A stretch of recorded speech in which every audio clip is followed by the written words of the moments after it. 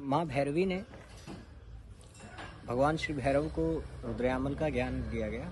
उसमें बहुत सुंदर तरीका बताया गया है गुरु शिष्य परंपरा की।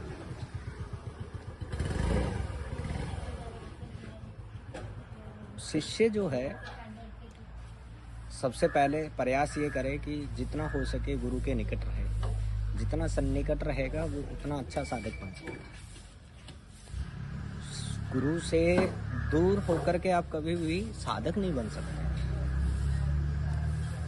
आप इसको इस प्रकार से समझ सकते हैं कि आप अगर डेली स्कूल नहीं जाएंगे तो you miss so many things that you have to experience. You just copy the note from the other students, but you miss the lectures, you miss the things that what your teacher wants to say. This is the same. So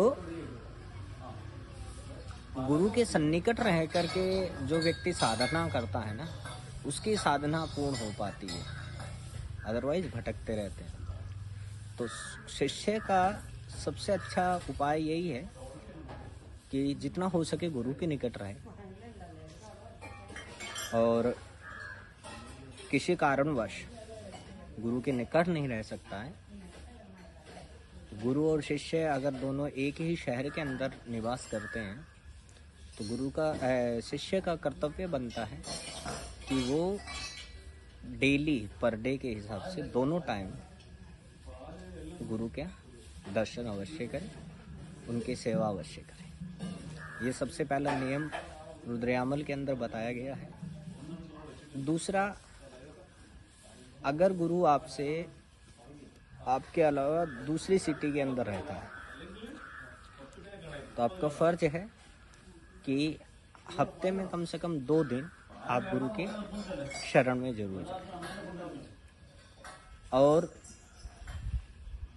अगर वो city आपसे ज़्यादा दूर है, like more than 100 kilometres और 200 kilometre, सो शिष्य का कर्तव्य बनता है कि वो मंथली कम से कम 4 डेज गुरु की शरण में अवश्य जाए। और मोर देन 300 किलोमीटर्स तो महीने में 2 दिन गुरु के शरण में अवश्य जाए। तभी जा करके वो अपनी साधना को पूर्ण कर सकता है, अदरवाइज नहीं, संभव ही नहीं है। शिष्य गुरु धारण करने के पश्चात में किसी दूसरी गुरु के बताए गए मार्ग के अलावा किसी दूसरे मार्ग पे चलता है तो वो ब्रह्म राक्षस को प्राप्त होता है। ऐसा ही रुद्रयामल के अंदर है। उस व्यक्ति का जीवन निरर्थक हो जाता है। किसी भी शिष्य के लिए गुरु से बढ़कर कोई देव नहीं है, गुरु से बढ़कर कोई साधना नहीं। जिसने गुरु को साध लिया उसने समस्त साधनाओं को साध लिया है। उसे और किसी साधना की आवश्यकता नहीं है ना। तो यहाँ मैं साधना की जब बात करता हूँ ना, तो साधना का अर्थ कोई जप पूजन पाठ ये इसी से ही मैटर नहीं करता है।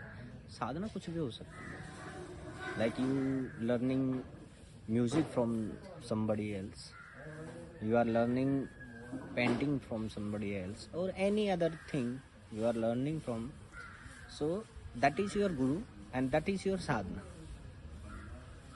So if you wanted to be a perfect or famous singer or painter, you have to do the sadhana. And where you have to do? Near your guru, because he can monitor you. He can improve your all the skills. He will groom you. So that's why you have to be close to your guru. So once a shishya goes to a guru and he see him, what are his duties in life for guru?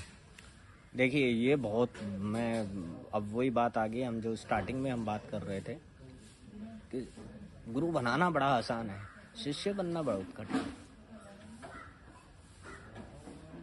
आजकल जो है ना, लोग गुरु बना लेते हैं, शिष्य नहीं बन पाते। भेद है। अब जब आप बोलते हैं ना कि मेरा गुरु है ये, तो आप अहंकारी हैं। तो जब आप कहते हैं ना कि मैं उसका शिष्य हूँ, तो इट मीन्स आप सरेंडर हो चुके हैं। और मनुष्य के साथ में सबसे बड़ी प्रॉब्लम यही है कि वो सरेंडर नहीं हो सकता। सबसे बड़ी प्रॉब्लम है। हम लोग कहते हैं, बातें करते हैं, सब कुछ करते हैं, लेकिन हम सरेंडर नहीं हो सकते हैं। ठीक है ना? तो सबसे पहली ड्यूटी है कि अगर गुरु की शरण में जाए तो सरेंडर हो जाए। जो सरेंडर हो गया वो सब कुछ पा लेगा। उसको बताने की आवश्यकता नहीं है कि वो क्या करे, किस प्रकार रहे। ठीक है ना? ये क्या है, उन लोगों के लिए है ना कि जो लोग मान लीजिए कि अहंकारी लोग हैं, उनको आप बता सकते हो कि आपको ये करना है, ये करना है। मैं ये मानता हूँ कि सबसे बेस्ट थिंग है, आप जब गुरु की शरण में हो, आप गुरु के नजदीक हो, आप सरेंडर हो जाए। जिस दिन आप सरेंडर हो गए, उस दिन आप सब कुछ सीख जाएंगे। आपकी सारी साधनाएं कंप्लीट हो जाएंगी। तो गुरु के नजदीक जाकर के आपका सिर्फ एक ही कर्तव्य बनता है कि आप अपने आप को सरेंडर कर दें। ये बहुत गहरी चीजें हैं, बहुत सी चीजें हैं जिनके बारे में हम बात कर सकते हैं। बट अगर मैं संक्षिप्त में इन जब चीज़ों की बात करूँ तो ये है कि किसी भी शिष्य के लिए जो बेसिक स्ट्रक्चर है वो यही है कि वो गुरु के जितना हो सके सन्निकट रहे। ये तो मैंने एक आपको समय बताया कि भाई हाँ, इतने इतने समय में जाना आवश्यक है अगर आप एक शिष्य हैं तो। अदरवाइज जब आपके पास में समय हो तब आप गुरु के नज़दीक पहुंच जाइए। ठीक है ना? तो जितना आप गुरु के नज़दीक रहेंगे उतना आपको सीखने को मिलेगा, उतने ही अच्छे आप साधक बन सकते हैं। तो सबसे पहला काम ये करना चाहिए। दूसरा, जैसे ही वो गुरु के नज़दीक पहुंचे वो अपने आप को सरेंडर कर दे तो परिपूर्ण हो सकता है। वही शिष्य बन सकता है जो सरेंडर हो गया। नहीं तो गुरु बने हुए हैं, कोई दिक्कत नहीं। बिल्कुल। नमो नारायण। नमो नारायण।